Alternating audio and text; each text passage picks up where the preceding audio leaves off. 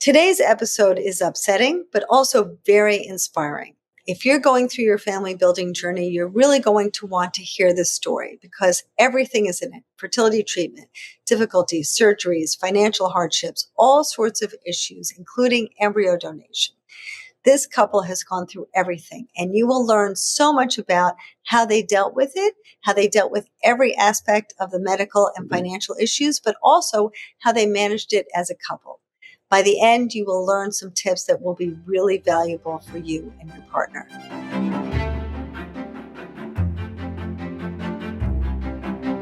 Welcome to Building Your Family. This is a podcast about fertility treatment, donor conception, surrogacy, and all the ways the modern family is built. My name's Lisa Schumann. I'm your host. I'm a researcher, I am an author, and I'm here to talk to you about having a better path to parenthood.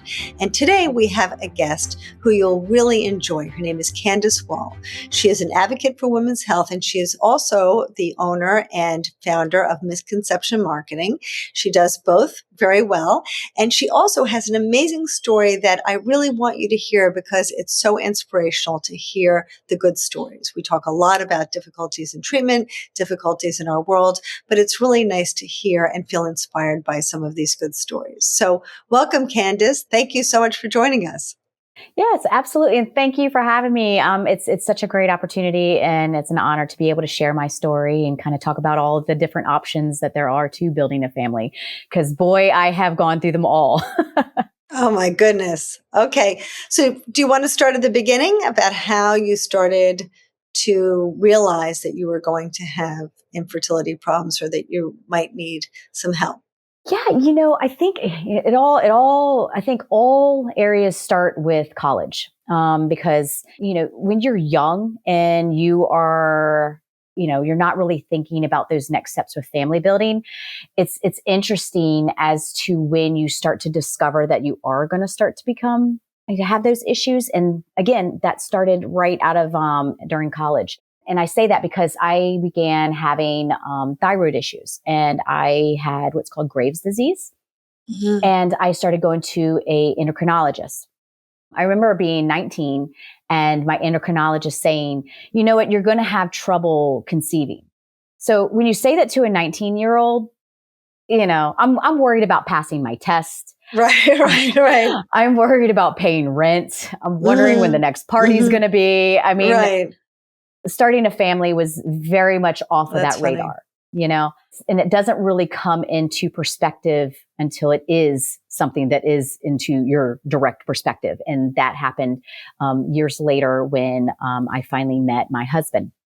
So don't you think that, Candace, I'm sorry to interrupt. I'm just wondering, because when you say that to me, I'm thinking, oh my gosh, that sounds like a really scary thing. But as you're saying, when you're 19, you're not thinking about that. Do you think that maybe also part of it is that we all kind of don't worry too much about these things? We think like we're going to have a family when we want to, and, things will kind of work out. Or were you just not thinking about it at all? Oh, I'll tell you exactly what it is. It's the lack of education of reproductive health for women as a young adult and as a young woman. There's so much education that goes in on how to prevent pregnancy. There is minimal research and education that goes into how to talk to young women who are just learning about their bodies, about the impact of reproductive health and how it could impact their future fertility. Yes. And, when you don't know the full scope of it, and when someone says, hey, you might have trouble, that doesn't mean that, hey, you might not ever be able to have a child. There's a broad spectrum here, or what those outliers could be and how could it impact you. So really, I nail it down to it's a lack of education, and something that, I still stand on my soapbox. It needs to increase. That's true. Yes. Well, thank you for adding that. So you met your husband. I did. And, it was really interesting. So we met in college, and we knew exactly what we wanted in our partner. We knew exactly what we wanted in our life's goals. And it was a wonderful match. And what happened was, with all things, marriage and life, you get plot twists, right? So we were married straight out of college.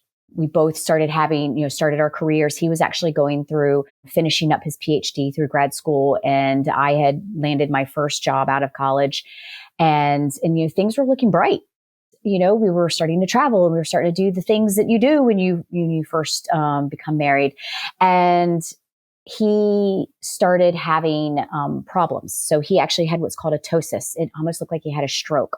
And over the course of a weekend, his health just deteriorated. And so we went to the ER and we found out he had a brain tumor. And from there, it went fast. It was in a very, very, very difficult site to operate on. And it was also in a place where it could have a very negative impact on his life quality, as well as his ability on how long he would be here with us. So it was a very urgent matter. So when things like that come into perspective, you start to think, okay, oh, wow, what does the future look like for us? What are the next steps? And we're young. Yeah. I mean, I'm talking like 24, 25. My Young. gosh. And these are things that you don't typically have to deal with. Yes. The first doctor operated on him, and she had to step away. She was like, this is out of my scope. I cannot move forward with this, but I know somebody who might. And I can tell you his recovery from that first surgery was really difficult. And that monumental time when you're like, okay, we need to start working on a family was when I saw him in the ICU. And it was very apparent to me that life is short and tomorrow is not promised. And selfishly, because we know that tomorrow is not promised, I wanted to have that legacy of us. I wanted to have that family. Sure. And so that really did set the stage for us trying to expedite starting a family. And so once he recovered, once, he was able to have his brain tumor resected and everything was promising on that end, we promptly began building our family. Oh my gosh, that must have been terrifying. It's very terrifying, especially for a young couple just married. You're just now figuring out how to live together and how to communicate and just how to manage finances. And then you add in something extremely heavy like a life crisis. That's where things change. And in a little side note, he will always tell you, while dealing with a brain tumor was extremely difficult in his life, infertility was the hardest that we have ever gone through. Wow. So for what it's worth. Yeah, that's amazing. From that point, like I said, we started to build a family. Having kind of revisited that conversation in my mind from my doctor back in college, I knew that things were going to start becoming difficult. And it's interesting because everybody has their like baseball stats. Okay, here comes Candace. She's got XYZ, amount of fertility treatments, and this is going here. And, but it's really interesting because we anticipated having these fertility issues. We didn't anticipate it would be both of us. Mm. And so that was the next plot twist. It's a lot. It is. And so he's fantastic at being open about male factor infertility. We've always had these conversations moving forward. But when we started our beginning testing, we really quickly discovered that he had male factor, and I also had uterine lining issues. They put me in that. They put me in that unexplained category. However, at the end of the day, it was uterine lining and implantation was our main issue. So we started out with, like most people do, on basic fertility medications, and then we started working into IUIs. 6 IUIs later, there was no promise of any form of that this would be our next path. So we had to obviously ramp it up to IVF. Now, it took about 3 IVF procedures before they realized that I had the beginning stages of uterine cancer. Oh my God. And that's when things started to progress with us in our stages. So like I said, the fertility treatment process really went fast for us because we were really aggressive in our family building pursuits. And I really want to pause here because right now, for the people who are listening, they've already heard that we've had multiple IUIs and already 3 IVFs at this point. And it is not lost on me that we were in a situation where we could afford to have that access. I had minimal insurance, but we were able to play the insurance game enough to make those numbers work. But at the end of the day, I mean, we were spending quite a lot of money out of pocket, and we were blessed in the fact that we had jobs to support that. Yeah. This is why access to care and access to reduce the amount of barriers that people are having to be able to afford treatment is so important. It just adds insult to injury. It right? does. It does. You know, you have this infertility diagnosis, right? And then you find out, wow, I can't afford treatment.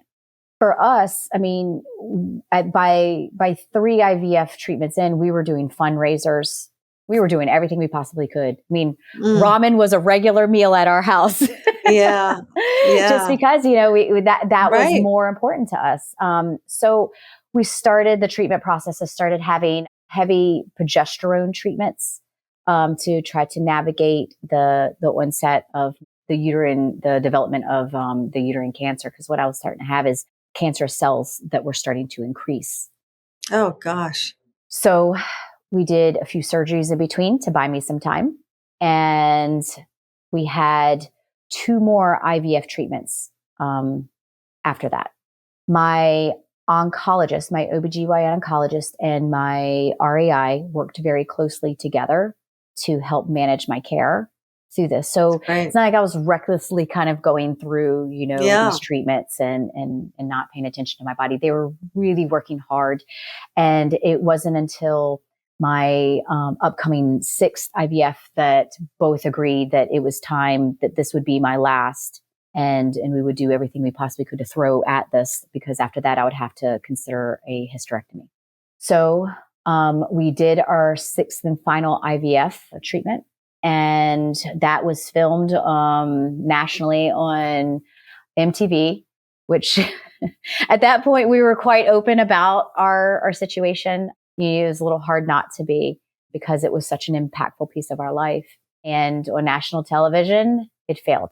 And that was my last chance to be able to carry a pregnancy on my own. And it was heartbreaking, because not only was I managing the fact that this was my last chance at IVF or to be able to carry my own pregnancy, but that once you have a hysterectomy, that's it. So final. It is final. And to that kind of grief is immense, because you really do have to come to terms with, this is not what you envisioned. This is not how you're going to become a parent. And so walking through those maternity sections and looking at the maternity clothes or looking at those pregnancy bellies, while it was very difficult managing that through my treatment process, it was infinitely harder now knowing that I would not ever be able to experience pregnancy. There was no oops. There was no tequila nights. There was no, just relax. This was not going to happen. Right. So we started adoption. And that was a very, very, very bitter and negative stage in my life, because not only was it out of reach financially, here you have these people who have gone through multiple fertility treatments, because, we do want to have that opportunity to experience pregnancy. But now we're going through an adoption process and I have to have a background check. We had to have physicals. We had to have all these really invasive questions asked just to verify that we would be able and qualified to be adoptive parents. And then add on the cost for adoption. And it just seemed like an insurmountable mountain to climb. But we fundraised and we saved and we did everything we possibly could to make that piece happen. And come hell or high water, we were going to become parents, until not just 1, but 2 of our adoptions failed. And that happens. And a lot of people think that this is, it happens. It's happened to me many times. And there's such a misconception, right? No, when it happened to you, I mean, I'm sure you're like, no, this is going to happen. Adoption is going to be that answer. Yes. And people say, well, just adopt. Well, it's not so easy. No, Even if No, that it's were not. your choice, and it's not the right choice for everyone, but even if it is your choice, it's not so simple. We had many failed adoptions. So it's really, really a difficult road. And as you said, not inexpensive at all. No, it is certainly cost prohibitive for sure. And during that piece, when we were saving, we were, fundraising, and we were very, outward about, our adoption pursuits. Someone came to us who was a sister of a childhood friend that I've known for many years, and said that, hey, I was a surrogate before, a gestational carrier. If you're interested, let's talk. And so we did. And it was a conversation that my husband and I were not on the same page for when it came to surrogacy. We had to do a lot of talking, and we really had to come to terms on what we wanted ultimately and what would be the best situation for us. And so once we were both on that same page, and when I mean on the same page, not convincing each other, like we went into this together unanimously, but it took communication as a couple to get there. And do you mind sharing that with us, Candace? What were your differences? Because I think people would be interested to hear about that and can relate to some of the difficulties that you faced when you were trying to work this out as a couple. Yes, and I'm going to tell you, just to kind of talk through the communication when it comes to a couple. This is not the first time that we did not agree on things, and communication is so incredibly important. It takes having difficult conversations, and it takes putting all the pros and cons on the table, and it takes talking to other people. So that's what we did. We didn't just have these conversations together. We brought in people to talk to us about it. And one of those people, believe it or not, was my mom. And I say believe it or not is because she has advanced stages of multiple sclerosis. So she is at that stage and was very much there when we were trying to consider what our options were. She was an adoptee. And so we asked, I said, Mom, from your perspective, what should we do? We have 2 embryos remaining right now. We have someone who has come forward and has offered to become a gestational carrier through surrogacy. What should we do? And she said, well, you can always adopt, and you can always try it again. She said, but you have an option. You have an opportunity right now that's right in front of you. You really should, see what happens. I said, she was like, adoption is wonderful, and I am so appreciative for my parents. But this right here is an opportunity I think you need to take. And so we talked to other couples who had gone through surrogacy. We weighed out our options. We looked at our finances because while it was a known gestational carrier and we were doing what's called an independent surrogacy, it still was a compensated surrogacy. So we had to make sure that we were able to, the numbers worked on paper. We felt good about this, and we could both go into this hand in hand and knowing about that. So just to recap, how do we come to this decision? Lots of long conversations, lots of difficult conversations, bringing in other people who can help and provide input, who know that they have your best interest in play, and also talking to other people who have been there. And then the last part is putting it on paper. Everything has to go on paper. Once it's on paper and you can see that big picture, that's how you know which way to go. And so that's how we ultimately came to that decision. So both of you put your opinions on paper and then sorted it out and then kind of came to an agreement and wrote kind of this family contract for yourself? Pretty much, yes. That's exactly how that happened. And really, that's not the first time in this journey, and we'll certainly get there because we had a big crossroads kind of at the end of our fertility trials that we had to really come to the same place on. So moving forward, so now, we're now in a surrogacy. Didn't know how we were going to do it, but we did. And it was a wonderful journey. And I got to say that surrogacy is incredible, but it takes a great deal of communication. Like you have to communicate. You're bringing in a whole other family into your life. And while there might be some things you disagree on, everyone has to come to the table and agree on that one specific thing. And there are going to be times where compromises have to be put into place. And there are going to be times where Yes. you don't agree. And so it's really having that open form of communication without judgment. So that's what we did. And so my first daughter was born through gestational surrogacy. And I'll tell you, surrogacy births are incredible.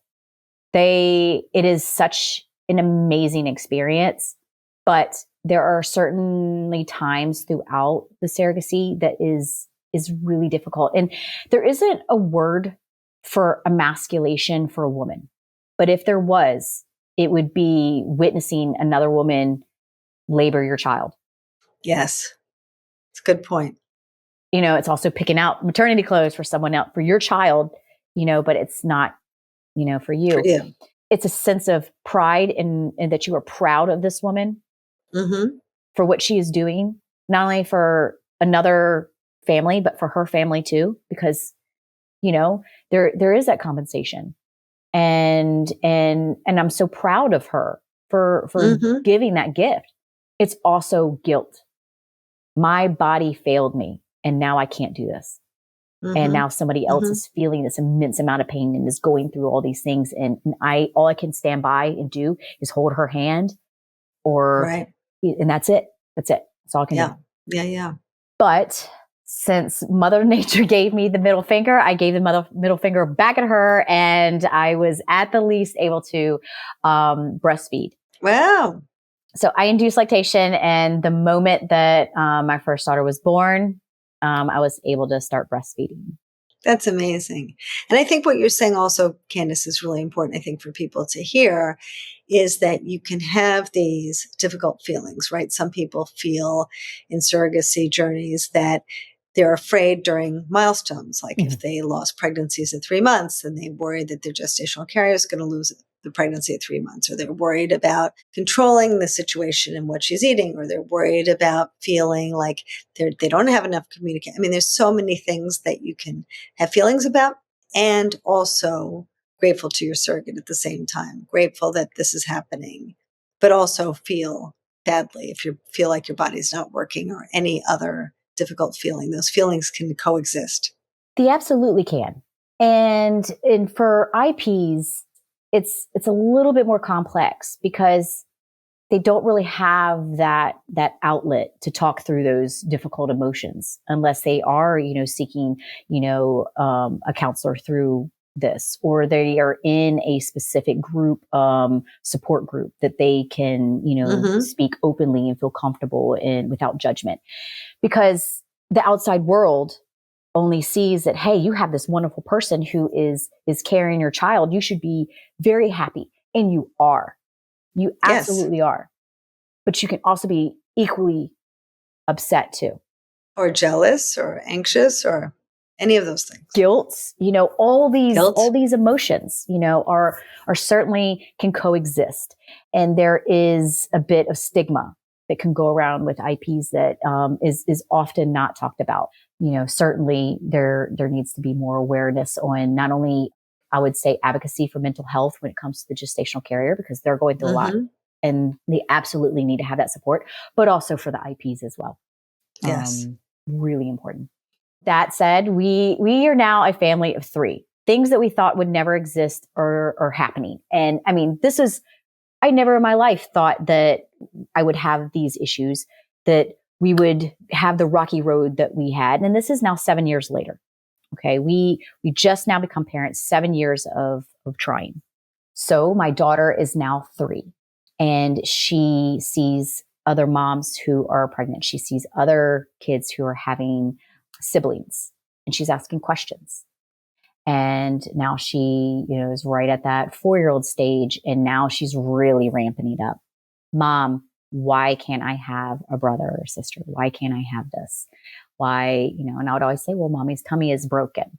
And so because my tummy is broken, it's just a little bit more difficult. So this is, how our family is. And I just remember being in a store and her lifting up my shirt. It was super embarrassing and saying, well, I need you to have your stomach fixed and you need to fix your tummy. And, because I really would love to have a brother or a sister. And it was really hard because now, while technically that wasn't secondary infertility, in the term of it, I'm now feeling all of those feelings now of what people who experience secondary infertility. They have a child, but now they cannot. And now I'm in a whole other realm. I should be happy that I have a child. I should be grateful. But our family is not what we envisioned. And that's all of us. So now what do we do? Right? I'm telling you, the power of sharing your story and sharing your voice. We're very open about talking about wanting to build our family. And then we had another friend, come to us and say, hey, I would love to be a gestational carrier. So that happened. And we started the process. It was. And that would have been another independent. Well, long story short, I had to undergo a IVF treatment without a uterus. That I do not recommend. It is not fun. It is extremely painful. It is very difficult. But we did, and we retrieved a new set of embryos because I still had my ovaries.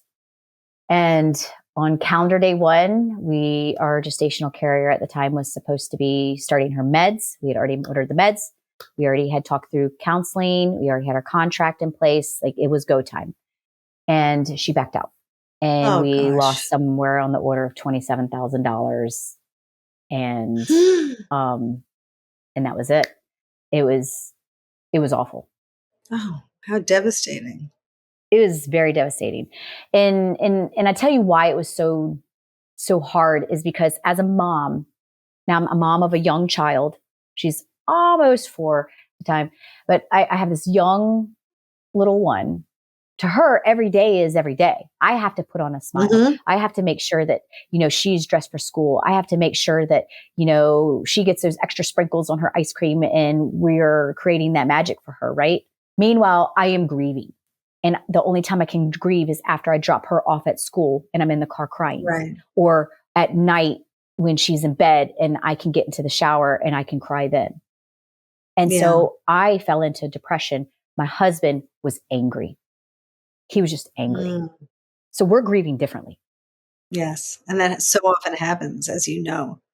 Yeah. I mean, our grief was very different at the time. And he processed, because it really impacted him. This was our chance. And now we have these embryos and we have no option for them. We don't know what to do. This is, I can't, I mean, it's not like I can, transfer them and try for another IVF cycle. I don't have a uterus. And you can't get your money back. There's no way to recoup that loss. No, because that was part of getting the ball rolling for the process. Yes. So it's not like that was like a huge amount of money. Yeah. So that was gone. That was part of that IVF. That was part of the fees for the contract. That was part of, the psychological evaluations. It's part of all that. So you can't recoup that. And I never would want to villainize our second gestational carrier, because I will always say that if you would never want somebody to do something that they don't feel fully comfortable with, of course, they hold the right to change their mind. And absolutely. I would never want her to go through that whole process of surrogacy and have regrets for doing that. I'm upset we didn't have that communication that led to that. But I 100% advocate for, that this is my boundaries. I can't. And I respect that. Speaking of boundaries, it goes right into relationships. So I told Chris, he's like, well, we need to find another gestational carrier. And I said, well, I'm done. I need off of this roller coaster. I can't do this anymore. I can't deal with this grief. I am happy where we are at right now. I'm sad of what happened, but I'm happy with being a family of 3. I know it's not what we envisioned, but this is our life, Life throws these curveballs and twists and turns, and we have to accept that. He said, okay, well, Right. how about this, Candace? Let's give it till the end of the summer, August 1st. Okay. We don't have an option before then. This happened in May. We don't have an option. Then we can walk away hand in hand, knowing that we did everything we possibly can. I said, okay. I said, but I can't be the heavy on this anymore. This is now in your court. So I understand that this is what we want, and I'm going to support you together with this, but I need you to, be active in this. Sure enough, it was July. He's at this like workout group called F3, and it's a whole bunch of guys who work out boot style camp. And someone came up to him and said, just so you know, you and your wife were brought up in a prayer group recently. And he was like, oh, really? He was like, yeah. It was interesting because my wife has been wanting to become a gestational carrier. And so can we talk? Wow. So sure enough, I get this call a month before our cutoff point. End date, yes. And here we are with our second wild card of a child. She is amazing through gestational carrier. And incredible. And so, yeah. So now we have 2 children through gestational surrogacy, 2 incredible gestational surrogates who are still very much a part of our life. And my children know them as their belly buddies. Really? That's wonderful. Oh, yeah. We are very open about how they came to be, but it was hard. And it was not what we expected. And everybody reserves the right to say, you know what? I can't do this anymore. And you walk away knowing hand in hand that you made that decision based on your own mental health and based on what is best for you and your family, whether it be a family of 2, a family of 3, family of 4, and beyond.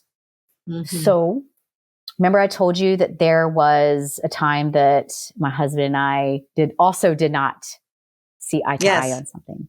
That was, all right, now we have remaining embryos. Now what? We had 2 before when we were going through our IVF.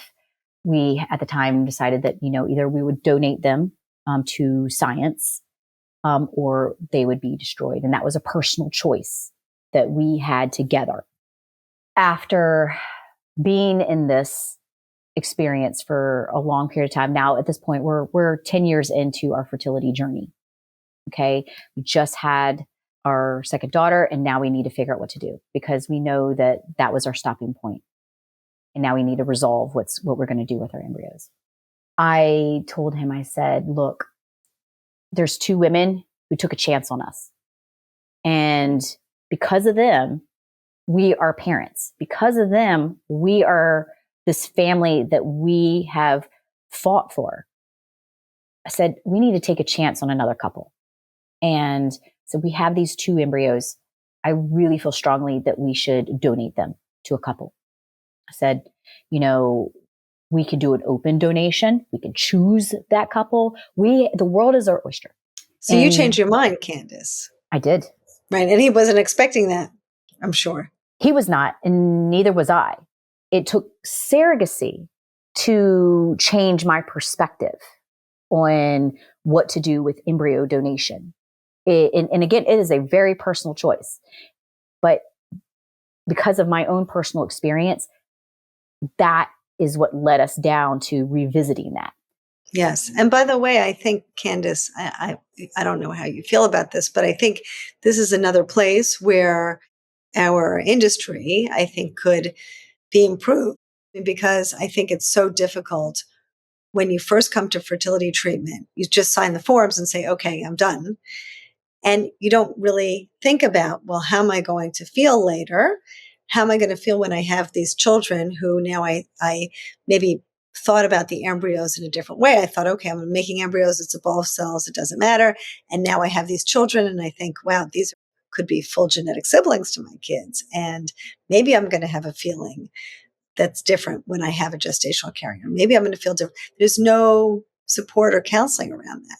There's not. And I really do feel that when anyone is starting to consider doing fertility treatments, especially advanced fertility treatments, they really should have a counselor or mental health expert that specializes in reproductive health to guide them along on what their options are before they sign those dotted lines. Yes. 100%. 100%. And, you know, to kind of be there throughout their journey because people change, perspectives change. Yes. Case in point. Yes. And for my husband and I, we did not see eye to eye on that. He was not at peace with us of there being another child out there that would have that genetic tie. And so we had to have long conversations. We had to have that piece of paper that talked about it. And we had to have conversations with other people. It wasn't until we had all of that in front of us and that tangible piece of paper and talked to other people who've had those experiences before we both could be unanimous in that decision. But it had parameters. We would choose who our embryos were donated to. We would make sure that they understood that while we would not have any parental rights, that is their children. That is their child that they are parenting. However, we would want our children to have access to them because they would have that genetic tie, and that they could always come to us as a resource if they needed to know medical history and things along those lines, because that's important. Yes. So those were the parameters that we agreed upon. And so we had this beautiful couple. They had gone through, you know, loss after loss, and they were starting to do donor embryo, and we absolutely adored them. We loved them. We had long conversations. We were very upfront in what we wanted in our scenario, and they were in 100% agreement as well. And we had difficult conversations with them. And I think it was easy because we've already had difficult conversations about family building with gestational carriers. If you can kind of remove that uncomfortable piece and know that it's for the best interest of everyone, the conversations go so much more smooth. And so we had them. We transferred our 2 remaining embryos to them. And sadly, they did not take. Oh. We all knew what the chances were for that. We all knew. Because once you've been in the fertility space for long enough, you know that IVF is not guaranteed. You know that nothing in this realm is guaranteed, including, you know, donor as well, donor embryo. But we wanted them to have a chance. It's beautiful. And I say we as in both my husband. And so they now are parents through donor embryo now. But, so you stayed in touch with them. Oh yeah. We did absolutely. And so we've been rooting them on ever since. That's so nice, Candace. Yeah. So it's full circle on how we have become parents, but it wasn't easy. What an incredible story. Can you just take us back for a moment? Because I think there's so many, I feel like I could talk to you all day about so many aspects of the story. Yes. But one thing I think is just so interesting, you're saying you kind of go back every time you hit a hurdle, that you and your husband have been able to kind of go back and say, okay, let's kind of look at this on a piece of paper and try to put down everything that we feel and kind of sort out our feelings until we get to an agreement. Can you share with the audience what that process looked like for you? Because that might be very helpful to some people. Oh, absolutely. I will also interject on the fact that before we even go there, we also have had mental health professionals in our life ever since his first brain tumor. So, and consistently. So we have not once had a break from that. And I say a break, meaning because some people think that it's just temporary, that you just need this like adjustment, like a chiropractor, and it's not. Having a mental health professional in your life should be consistent, and it should be a relationship, should be a tool for you personally as a Mm-hmm. personal advocate, and then for your marriage. So Yes. I will always stand firm on that is one of our biggest tools right out the gate. But what that process looks like when we're trying to come to terms with what that big decision should be, what those next steps are when we don't agree is number one, like I said, communication. You have to talk about it and you have to have uncomfortable conversations, whether you know that person's going to disagree or not, but it's asking questions. Why do you feel this way? Tell me what is holding you back. Or, okay, I understand that, and validating, okay, I understand your concern. Here's where I'm coming from with that. And it's all about language and how you talk to each other and work through it in the beginning versus playing that like blame game or doing a tally or judging that person for feeling that way. They've come to that place where of indecision for a reason. And I think understanding that reason can really help you go one way or the other, whether you join that side of, you know what, my spouse, my partner has a really good point and I need to support that. Or you could bring them back and say, oh, well, hold on, we didn't talk about this. So maybe I can clear this up. So number one, talking and having long conversations, 100%. First part of the process. Second part is when we are looking at this, sadly, when it comes to family building, cost is a barrier, period. Like that's it. And so you have to have that budget conversation. What has to give? How do we make it happen? What do the numbers look like? And you have to put in the work. You do. You have to put in that work to look at that and put that number and that financial piece on a piece of paper. Yep. Sadly true. You know, and I wish it wasn't that. Then that third piece is coming up with that pros and cons list. What are the pros? What are the cons? For both of you. For both of us. And we look at that and we have a conversation after that. Okay. Where are you at with this? Where am I at with this? And 9 times out of 10, we are always on the same page with this. Wow. Even if you start out in a different place. Mm-hmm. Yeah.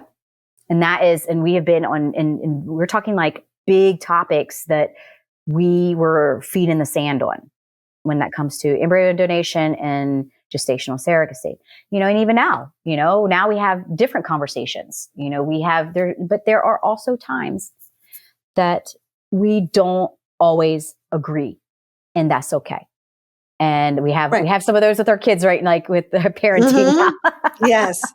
But in these places, you had to agree, right? So you can't move forward in all the things that you did. You had so many interventions, fertility treatment and surgeries and adoption and then more surrogacy and all of these decisions and then the embryo donation. In all of these places, you had no choice but to get on the same page if your relationship was going to move forward, right? Yes. You couldn't stay at that standstill. It's not possible.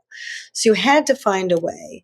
So you said you kind of get the last part is the pros and cons, and then you put together a contract like, okay, we agree to X.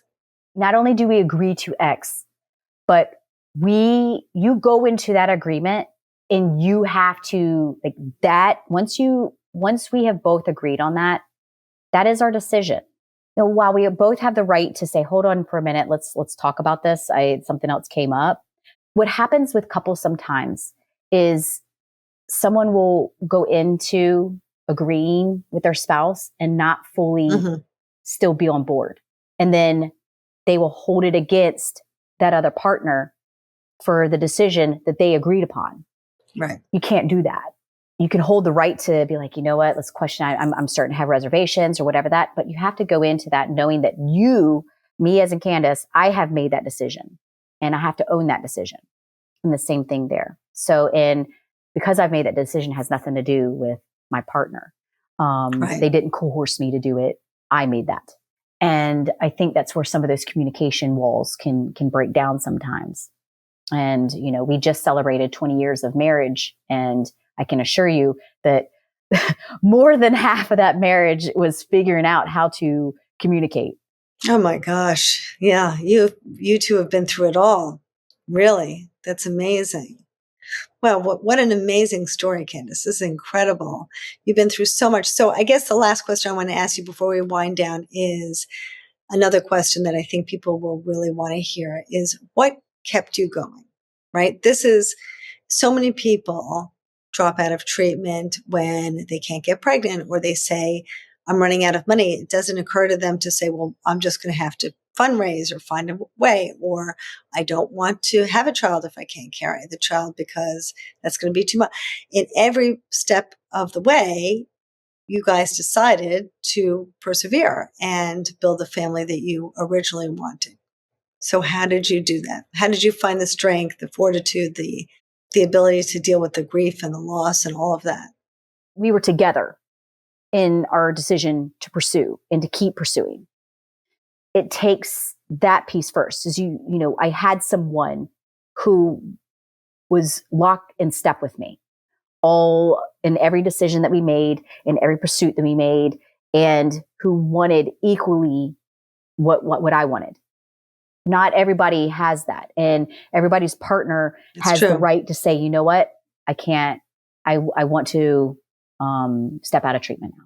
Or I want to, look at life in a different way without children. And there's nothing at all wrong with that. And I can say there has been no point in our conversations that came up, because it was always, this is what we want and this is what we're going to pursue. So we were very much in agreement for that. The next piece is we were always positive. And I know and that is, we would have something catastrophic happen. Yes. We would have a pity party. We would sit and lick our wounds. Mm-hmm. And then we would stand up, brush ourselves off and say, all right, what's the plan? What are we doing next?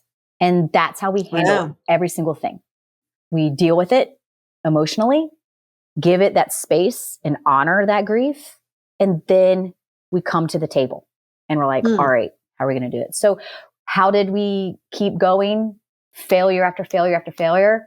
We were each other's hype man.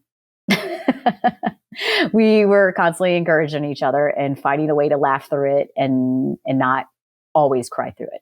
And that's really was our secret weapon. And also it sounds like there's a lot of acceptance there, right? Like you said, at some point you were grieving and your husband was angry. You both had to say, I'm not angry with you for being angry, or I'm not mad at you for crying all the time. I accept that this is the way that you're going to get through this differently than I get through it, right? And also when your husband said, well, how about a timeline? Let's wait for the summer. You opened yourself up for that. You didn't say, okay, I'm going to dig my heels in the ground and say, I said no, and no means no, and I'm done. You kind of listened to what he had to say and said, all right, I will take a step forward in your direction. So it sounds like there was a lot of compromise there and a lot of acceptance for each other. Absolutely. He's got as much skin in this game as I do.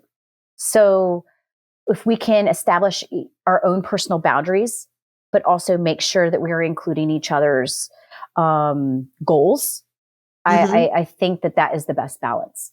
It certainly sounds like it. Well, my hat's off to you, Candace, because this is an incredible story. And I'm so grateful that you're now in our industry helping other people have a good journey and have a better way to get through some of these difficult moments that you've experienced. So thank you for that, all you do. Thank you for that and everything that you do. And thank you for all of your advocacy that you do for all of the different options that there are for family building. You really do bring in some amazing topics and some of the difficult ones that people need to honestly talk about more. So thank you for allowing me to share. Oh, I appreciate that so much, Candace. And where can people find you if they have questions? Because I'm sure people will have a lot of questions about this. Yeah, absolutely. They can find me on Instagram at Our Misconception. Okay, terrific. All right. And everyone out there, please subscribe if you like this episode. We have lots more for you. And certainly come to see us at familybuilding.net. We have a lot of information there as well. You can sign up for our newsletter, get weekly updates, get discounts on all our offerings, and lots of other information. So thank you again, and I will see you next time. Hi, it's Lisa Schumann. I hope that you enjoyed that video and I hope it helped you. And if it did, please give us a thumbs up and subscribe because that's how we keep going. It's really important to us. And if you liked it, you might like this one.